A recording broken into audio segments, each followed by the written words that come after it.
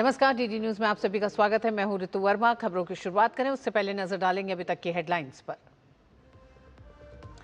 Anti paper leak पर राज्यसभा में चर्चा जारी। नेता प्रतिपक्ष मल्लिकार्जुन खड़गे के बयान के बाद सदन में हंगामा।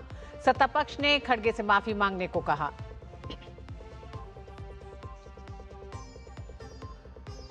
लोकसभा में विपक्ष के हंगामे के बीच राष्ट्र गौरव अपमान निवारण संशोधन विधेयक 2026 पारित।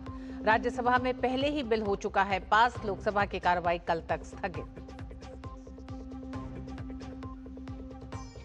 बिहार के बांकीपुर, मध्य प्रदेश के दतिया और गुजरात के मांजलपुर विधानसभा सीटों पर उपचुनाव के लिए मतदान जारी। शांतिपूर्ण तरीके से डाले जा रहे हैं वोट। पंजाब के बरनाला लाठीचार्ज के विरोध में पंजाब बंद। सफाई कर्मचारियों और वाल्मीकि समाज ने किया आह्वान। कई व्यापार मंडलों ने भी दिया समर्थन। और असम में बाढ़ संकट के बीच मौसम विभाग का अलर्ट। अगले 3 से 4 दिनों में भारी बारिश की संभावना, प्रशासन अलर्ट।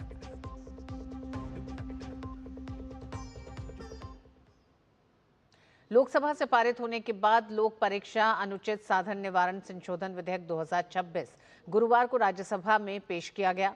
केंद्रीय मंत्री डॉक्टर जितेंद्र सिंह ने विधेयक को सदन में प्रस्तुत करते हुए कहा कि सरकार छात्रों के भविष्य की सुरक्षा और परीक्षाओं में पारदर्शिता सुनिश्चित करने के लिए पूरी तरह प्रतिबद्ध है। विधेयक पेश करते समय डॉक्टर जितेंद्र सिंह ने कांग्रेस और यूपीए सरकार के कार्यकाल के साथ साथ विपक्ष शामिल विभिन्न राज्यों में हुए पेपर लीक के मामलों का सिलसिलेवार उल्लेख किया। इस पर विपक्षी सदस्यों ने कड़ा विरोध जताया और सदन में हंगामा शुरू हो गया। डॉक्टर जितेंद्र सिंह ने कहा कि राष्ट्रीय परीक्षण एजेंसी यानी एनटीए जैसी व्यवस्था प्रधानमंत्री नरेंद्र मोदी के नेतृत्व वाली सरकार ने स्थापित की। उन्होंने सवाल उठाया कि आजादी के दशकों बाद भी कांग्रेस ऐसी व्यवस्था क्यों नहीं बना सकी। उन्होंने कहा कि 33 वर्षों तक जो काम नहीं हो पाया वह अब मोदी सरकार के नेतृत्व में संभव हुआ है। उन्होंने ये भी कहा कि परीक्षा में गड़बड़ियों पर सख्त कार्रवाई के लिए कई कदम उठाए गए हैं। वर्तमान मामलों में दिल्ली सहित 6 स्थानों पर ट्रायल शुरू हो चुका है, जबकि जांच को और प्रभावी बनाने के लिए स्पेशल टास्क फोर्स का भी गठन किया गया है। The irony is that the first time the suggestion for setting up a national agency came way back in 1992, almost 33 years back. It was a Congress government at the center. A series of committees were formed, and in UPA 2 in 2010, again a very strong suggestion from one of the committees set up by them came to set up a national testing agency. I'm sure they will appreciate and be grateful and thank Prime Minister Modi that the unfinished task and unfinished agenda left by UPA is being completed and brought to conclusion by the NDA. Doctor Jitendra Singh ने कहा कि हम सभी पक्षों से रचनात्मक सुझावों के लिए तैयार हैं और इसी वजह से हाल की घटनाओं के बाद प्रधानमंत्री मोदी ने बिना देर किए घोषणा की कि हमारे बच्चों के भविष्य से कोई खिलवाड़ नहीं करने दिया जाएगा। The Public Examinations Prevention of Unfair Means Amendment Bill 2026, as passed by the Lok Sabha, may be taken into consideration. The bill also testifies that this government does not stand on prestige. We never stand on prestige. We are open to healthy inputs. We are open to constructive suggestions from all quarters. And that is exactly the reason why, in the wake of the recent sequence of events, Prime Minister Modi ji lost no time to declare that nobody will be allowed to jeopardize the future of our children. Anti paper leak bill एक दिन पहले लोकसभा से पारित हो गया है। ये bill अब राज्यसभा में है, लिहाजा नेता प्रतिपक्ष मल्लिकार्जुन खड़गे ने चर्चा के दौरान कहा कि कांग्रेस इस बिल का समर्थन करती है मगर अभी इसमें सुधार की गुंजाइश है। सभापति जी, इस अमेंडमेंट बिल का हम स्वागत करते हैं, लेकिन ये अभी भी अधूरा है। ये पेपर लीक होने के बाद भी इसकी कार्रवाई को मजबूत करना ये जरूरी है। देश में राष्ट्रगीत वंदे मातरम की गरिमा और सम्मान को कानूनी सुरक्षा प्रदान करने की दिशा में एक ऐतिहासिक कदम उठाया गया है। संसद ने राष्ट्र गौरव अपमान निवारण संशोधन विधेयक 2026 को अपनी मंजूरी दे दी है। राज्यसभा से पहले ही पारित होने के बाद लोकसभा ने भी आज इस महत्वपूर्ण विधेयक को अपनी अंतिम मुहर लगा दी है। इस संशोधन के साथ ही अब वंदे मातरम को भी राष्ट्र ध्वज, तिरंगा और राष्ट्रगान जन गण मन के समान ही कड़े वैधानिक संरक्षण के दायरे में ला दिया गया है। संसद में इस विधेयक को केंद्रीय गृह राज्य मंत्री नित्यानंद राय ने पेश किया था। इसका मुख्य उद्देश्य राष्ट्रीय सम्मान अपमान निवारण अधिनियम 1971 में संशोधन करना है। नए प्रावधानों के तहत राष्ट्रगीत वंदे मातरम को अब राष्ट्रीय ध्वज और राष्ट्रीय गान के बराबर कानूनी सुरक्षा मिलेगी। वहीं यदि कोई व्यक्ति वंदे मातरम का अपमान करता है, तो उसके गायन में बाधा डालता है या जानबूझकर इसकी अवमानना करता है, तो इसे गंभीर अपराध माना जाएगा। दोषी पाए जाने पर 3 वर्ष तक की कैद, जुर्माना या दोनों की सजा का सामना करना पड़ सकता है।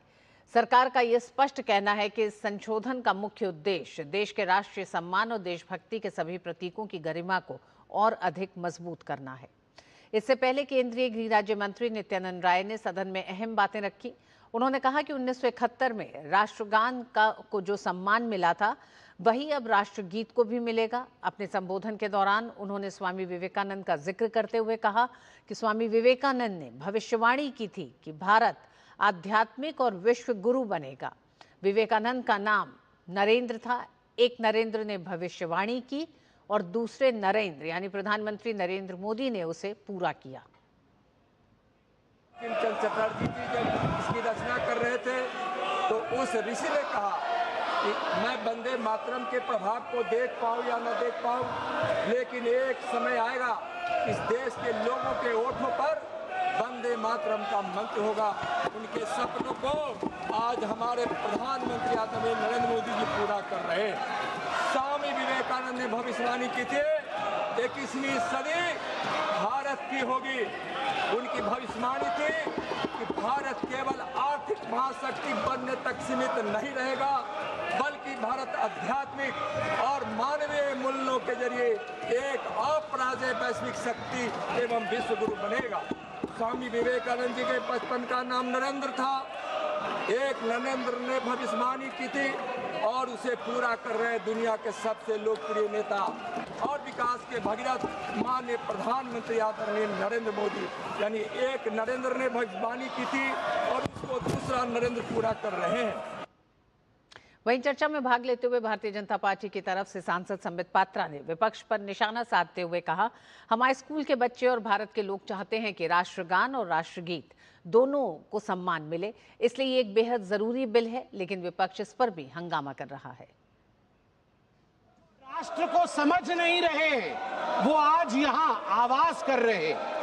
महोदया जी, मैं आपको बताना चाहूंगा कि यह जो आश्वासन था, यह आश्वासन डॉक्टर राजेंद्र प्रसाद जी का 1950 में कॉन्स्टिट्यूएंट असेंबली में दिया हुआ आश्वासन था कि जनगण मन और वंदे मातरम दोनों एक ही रूप से गाए जाएंगे, दोनों को एक ही सम्मान मिलेगा। मगर दुख के साथ कहना पड़ रहा है 76 वर्ष बीत गए। 76 वर्षों में गांधी परिवार की सरकारों ने, अटल जी ने चाहा था, मगर गांधी परिवार के सरकारों ने गांधी परिवार को तो ऊपर रखा, मगर वंदे महोदय।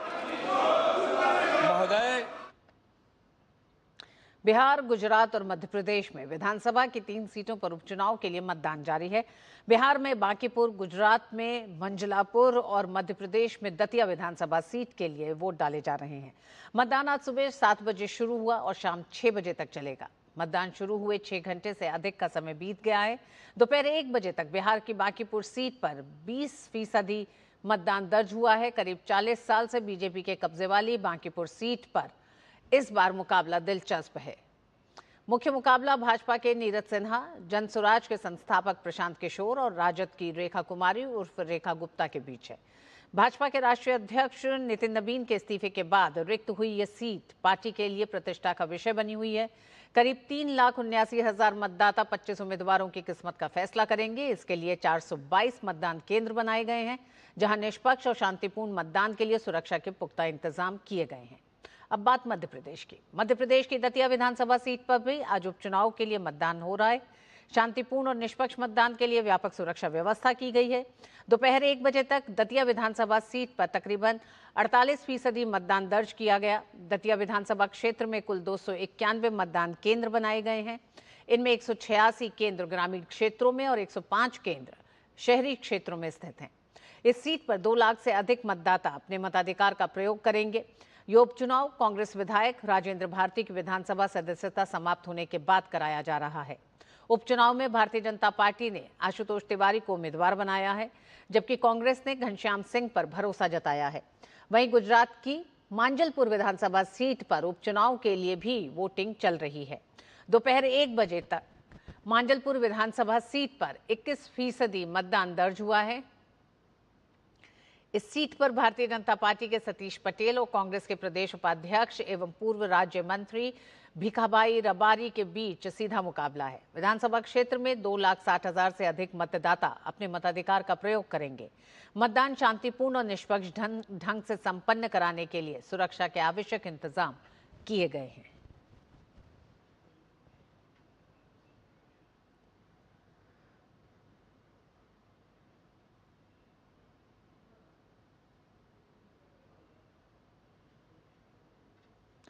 राष्ट्रपति भवन में आयोजित विशेष कार्यक्रम में बस्तर पंडुम 2026 के विजेताओं परगना माझी और बस्तर के पद्मश्री सम्मानित व्यक्तियों के प्रतिनिधिमंडल ने राष्ट्रपति द्रौपदी मुर्मू से शिष्टाचार भेंट की। इस अवसर पर राष्ट्रपति ने बस्तर की समृद्ध आदिवासी संस्कृति और परंपराओं की सराहना करते हुए कहा कि राष्ट्रपति भवन में बस्तर के लोगों का इस रूप में स्वागत होना पूरे आदिवासी समाज के लिए गर्व का विषय है। राष्ट्रपति द्रौपदी मुर्मू ने कहा कि बस्तर के लोगों को राष्ट्रीय मंच पर पहचान दिलाने के लिए वे केंद्रीय गृह मंत्री अमित शाह के प्रयासों की सराहना करती हैं। राष्ट्रपति मुर्मू ने परंपरागत आदिवासी स्वशासन व्यवस्था का उल्लेख करते हुए कहा कि आज राष्ट्रपति भवन में स्वयं मांझी और परगना जैसे पारंपरिक नेतृत्वकर्ता उपस्थित हैं। उन्होंने कहा कि गांव में मांझी परगना का स्थान किसी चीफ जस्टिस से भी अधिक सम्मानजनक होता है, क्योंकि वे समाज की परंपराओं, न्याय व्यवस्था और सामाजिक संतुलन के संरक्षक होते हैं। पंडुम शब्दों का प्रयोग बस्तर के जनजातीय बोलियों में उत्सव, पर्व एवं सामूहिक आनंद के अर्थ में किया जाता है। बस्तर पंडुम केवल एक सांस्कृतिक आयोजन नहीं था, बल्कि बस्तर की गौरवशाली परंपराओं और सांस्कृतिक अस्मिता का उत्सव है। इसका उद्देश्य बस्तर की वास्तविक पहचान को राष्ट्रीय और अंतर्राष्ट्रीय स्तर पर स्थापित करना है। और बुलेटिन में वक्त एक छोटे से ब्रेक का।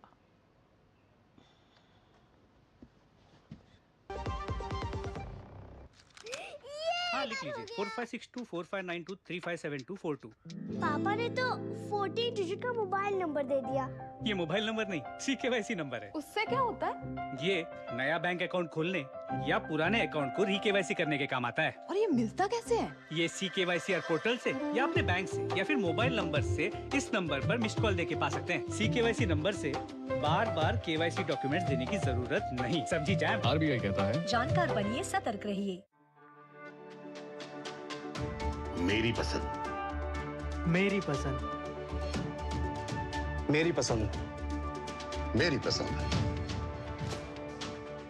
हमारी पसंद, हम सबकी पसंद।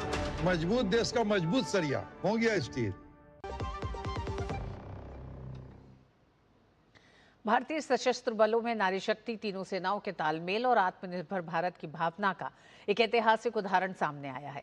रक्षा मंत्री राजनाथ सिंह ने उन 9 महिला अधिकारियों को सम्मानित किया है जिन्होंने भारतीय सेना के सेलिंग वेसल IASV त्रिवेणी पर सवार होकर पहली बार आयोजित समुद्र प्रदक्षिणा यानी तीनों सेनाओं के संयुक्त सर्व महिला वैश्विक नौकायन अभियान को सफलतापूर्वक पूरा किया। इस अभियान के दौरान टीम ने 314 दिनों में 4 महासागरों को पार करते हुए लगभग 25,500 नॉटिकल मील की यात्रा पूरी की। रक्षा मंत्री ने इस उपलब्धि को नए भारत के संकल्प नारी शक्ति और तीनों सेनाओं के बीच उत्कृष्ट समन्वय का प्रतीक बताया। उन्होंने कहा कि IASV त्रिवेणी भारत की इंजीनियरिंग उत्कृष्टता, स्वदेशी क्षमताओं और रणनीतिक आत्मविश्वास का भी प्रमाण है। इस अवसर पर थल सेना प्रमुख, रक्षा सचिव, वायुसेना के उप प्रमुख, नौसेना के उप प्रमुख और तीनों सेनाओं के अन्य वरिष्ठ अधिकारी भी उपस्थित रहे। गौरतलब है कि रक्षा मंत्री राजनाथ सिंह ने 11 सितंबर 2025 को वीडियो कॉन्फ्रेंसिंग के माध्यम से इस ऐतिहासिक अभियान को हरी झंडी दिखाई थी। इसके बाद 22 जुलाई 2026 को मुंबई में उन्होंने वर्चुअल माध्यम से अभियान दल का स्वागत भी किया। यह अभियान भारतीय सशस्त्र बलों में महिलाओं की बढ़ती भूमिका, समुद्री क्षमता और त्रिसेवा समन्वय की एक महत्वपूर्ण उपलब्धि के रूप में देखा जा रहा है। पंजाब के बरनाला में अपनी मांगों को लेकर प्रदर्शन कर रहे सफाई कर्मचारियों पर पुलिस लाठीचार्ज के विरोध में वाल्मीकि समाज ने आज पंजाब बंद का आह्वान किया है। विभिन्न कर्मचारी यूनियन और व्यापार मंडलों ने बंद का समर्थन किया है। पंजाब के कई शहरों में बंद का असर देखने को मिल रहा है। बरनाला में बाजार पूरी तरह बंद है। मुक्तसर साहिब में भी व्यापारियों ने दुकानें बंद कर रखी हैं। मनसा, होशियारपुर में भी बाजार बंद है। लुधियाना, भटिंडा, होशियारपुर, फाजिल्का, कपूरथला, अमृतसर, पटियाला, पठानकोट और गुरदासपुर की विभिन्न संस्थाओं ने बंद का समर्थन दिया है। यूनियन नेताओं का दावा है कि कार्रवाई में कई सफाई कर्मचारी घायल हुए हैं और उनके सिर फोड़ दिए गए हैं। प्रदर्शनकारियों ने महिला सफाई कर्मचारियों के साथ भी दुर्व्यवहार का आरोप लगाया।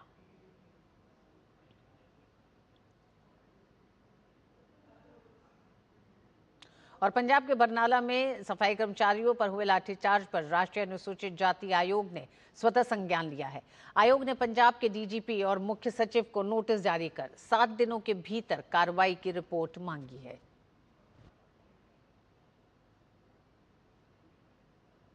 कर्नाटक में विशेष मतदाता सूची पुनरीक्षण के तहत चुनाव आयोग ने बड़ा कदम उठाया है। राज्य के मुख्य निर्वाचन अधिकारी अनभु कुमार ने बताया कि व्यापक भौतिक सत्यापन के बाद 84,31,612 मतदाताओं को पहली प्रारूप मतदाता सूची से हटाने के लिए चिन्हित किया गया है। उन्होंने कहा कि प्रत्येक मतदाता का फील्ड वेरिफिकेशन किया गया है। मतदाताओं के मृत्यु प्रमाण पत्र जुटाए गए हैं और उनके परिजनों से हस्ताक्षर भी लिए गए हैं। इसलिए इन मतदाताओं के नाम पहली ड्राफ्ट वोटर लिस्ट में शामिल नहीं किए जाएंगे। चुनाव आयोग के अनुसार हटाए जाने वाले मतदाताओं में सबसे अधिक 51,74,967 ऐसे लोग हैं जो स्थायी रूप से दूसरे स्थान पर जा चुके हैं।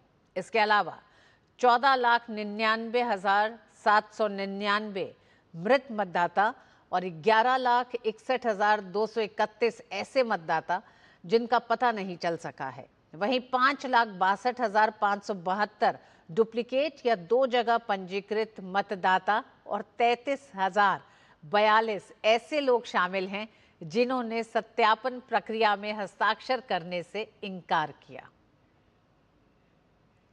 SIR वगैरह भी पूरा सच अभी बाहर आ रहा है।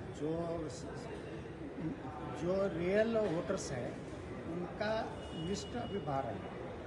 जो अभी तक जो बोगस वोटर्स है, बांग्लादेशियों को भी वोटिंग पावर दिया है, ये सभी से वो चोर कौन है? वो राहुल गांधी का पार्टी है। वो BJP नहीं है, चुनाव आयोग नहीं है। चुनाव आयोग ने पूरा पारदर्शिता में उनका जो ये काम कर रहे हैं। इसमें कई प्रदेश में, कर्नाटक के कई जिले में कांग्रेस का दबाव, गुंडागर्दी भी चल रहा है। दिल्ली पुलिस क्राइम ब्रांच ने संगठित अपराध के खिलाफ बड़ी कार्रवाई करते हुए गैंगस्टर हिमांशु भाऊ और विक्की हड्डल गैंग के 2 मोस्ट वांटेड शूटरों को शाहबाद डेयरी इलाके में मुठभेड़ के बाद गिरफ्तार किया है। पुलिस के मुताबिक दोनों पर बवाना में जोगिंदर उर्फ काले की हत्या का आरोप है, जिसे विदेश में बैठे गैंगस्टरों के निर्देश पर अंजाम दिया गया था। फिलहाल पुलिस दोनों आरोपियों से पूछताछ कर रही है। जांच में गैंग के नेटवर्क, विदेशी हैंडलर्स और अन्य आपराधिक मामलों से जुड़े तार खंगाले जा रहे हैं। दिल्ली पुलिस ने इस कार्रवाई को संगठित अपराध के खिलाफ बड़ी सफलता माना जा रहा है। सीआरपीएफ के महानिदेशक ज्ञानेंद्र प्रताप सिंह ने जवानों और अधिकारियों को बड़ा भरोसा दिलाया है। उन्होंने कहा है कि ड्यूटी के दौरान ईमानदारी और परिस्थितियों को देखते हुए लिए गए हर सही फैसले के साथ संगठन खड़ा रहेगा। सीआरपीएफ डीजी ने साफ किया है कि ऑपरेशन हो या कानून व्यवस्था की जिम्मेदारी जवानों के फैसलों की जवाबदेही वह खुद लेंगे। चाहे हमारी ऑपरेशनल बटालियंस हों, चाहे हमारी लॉ एंड ऑर्डर की यूनिट्स हों, आप सभी राष्ट्र हित में, जनहित में, बल हित में जो भी एक्शन लेते हैं जो कि बोनाफाइड डिस्चार्ज ऑफ ड्यूटी में है, उन सभी निर्णयों का और उन सभी एक्शंस का संपूर्ण रूप से बल के प्रमुख के रूप में दायित्व मेरा है। आप अपना काम निर्भय होकर करते रहें। और अब बात खेल की। भारतीय पुरुष और महिला हॉकी टीमें अगले महीने नीदरलैंड और बेल्जियम में होने वाले FIH विश्व कप में पारंपरिक नीली जर्सी नहीं बल्कि केसरिया रंग की जर्सी पहनेंगे। जर्सी का रंग बदलने के इस फैसले पर विवाद के बाद हॉकी इंडिया ने तकनीकी जरूरत बताकर इसका बचाव किया है। हॉकी इंडिया ने कहा है कि केसरिया रंग साहस, बलिदान और जीत का प्रतीक है। विश्व कप 15 से 30 अगस्त के बीच खेला जाएगा। भारत राष्ट्रमंडल खेलों में सिर्फ पदक जीतने तक सीमित नहीं है बल्कि वर्ष 2030 में राष्ट्रमंडल के सबसे बड़े बहु खेल आयोजन की मेजबानी की तैयारी भी कर रहा है। ग्लासगो में अहमदाबाद एक्सपीरियंस सेंटर का उद्घाटन किया गया है। वहीं गुजरात सरकार का एक प्रतिनिधिमंडल विश्व स्तरीय बहु खेल आयोजन के सफल संचालन की बारीकियों को भी समझ रहा है। देखिए ग्लासगो से डीडी इंडिया के संवाददाता नारायण सिंह की ये रिपोर्ट, जिसमें 2030 राष्ट्रमंडल खेलों की मेजबानी को लेकर भारत की महत्वाकांक्षी तैयारियों की झलक है। साल 2030 के राष्ट्रमंडल खेलों की मेज़बानी भारत का अहमदाबाद शहर करेगा। इसकी तैयारियां अभी से शुरू हो चुकी हैं। ग्लासगो में एक और जहां गुजरात सरकार का डेलीगेशन मेगा स्पोर्ट्स इवेंट के आयोजन को बारीकियों से देख रहा है, तो दूसरी ओर अहमदाबाद एक्सपीरियंस सेंटर के जरिए दुनिया को भविष्य के मेज़बान शहर की झलक भी दिखाई जा रही है। बुधवार को ग्लासगो में गुजरात के उप मुख्यमंत्री हर्ष सांघवी ने अहमदाबाद एक्सपीरियंस सेंटर का उद्घाटन किया। इस सेंटर के माध्यम से राष्ट्रमंडल देशों के खिलाड़ियों, अधिकारियों और प्रतिनिधियों को वर्ष 2030 में अहमदाबाद में होने वाले राष्ट्रमंडल खेलों की एक झलक दिखाई जा रही है। इस केंद्र का उद्देश्य अहमदाबाद की विश्व स्तरीय खेल अवसंरचना, समृद्ध सांस्कृतिक विरासत और मेहमान नवाजी को प्रदर्शित करना है। अहमदाबाद एक्सपीरियंस सेंटर में बहुत ही लोगों को उत्साह है और खास तौर पे कल सुबह से लेके सेकंड तक अभी तक करीबन 5000 से ज़्यादा रजिस्ट्रेशन जो वर्ल्ड फेडरेशंस है एवं कई एथलीट्स भी आने वाली 2 तारीख तक यहाँ पे विजिट कर रहे हैं। एक्सपीरियंस सेंटर में अहमदाबाद की आधुनिक खेल सुविधाओं, गुजरात की जीवंत परंपराओं और भारत की समृद्ध खेल विरासत को आकर्षक ढंग से प्रस्तुत किया गया है। इस पहल का उद्देश्य राष्ट्रमंडल समुदाय को अहमदाबाद से जोड़ना और वर्ष 2030 के खेलों से पहले मेजबान शहर का अनुभव कराना है। ये केवल स्पोर्ट्स टूर्नामेंट नहीं, लेकिन भारत को दुनिया के कई देशों के साथ स्पोर्ट्स के तौर पे जोड़ने वाले एक बहुत ही महत्वपूर्ण टूर्नामेंट रहेगी। पिछले कुछ वर्षों में गुजरात कई अंतर्राष्ट्रीय खेल आयोजनों की सफल मेजबानी कर देश के प्रमुख खेल केंद्रों में अपनी पहचान बना चुका है। नरेंद्र मोदी स्टेडियम सहित अत्याधुनिक खेल परिसरों और विश्व स्तरीय सुविधाओं के बल पर राज्य ने वैश्विक स्तर की प्रतियोगिताओं के आयोजन के लिए मजबूत आधार तैयार किया है। यही तैयारियां अब वर्ष 2030 के राष्ट्रमंडल खेलों की मेजबानी के भारत के सपने को साकार करने की दिशा में अहम भूमिका निभा रही हैं।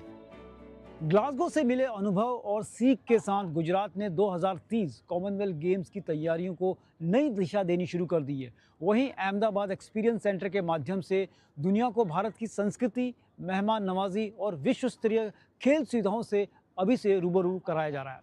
कैमरा पर्सन स्टालिन प्रभु के साथ Narayan Singh, DD news, Glasgow. और इस बुलेटिन में बस इतना ही। मुझे दीजिए अनुमति। नमस्कार।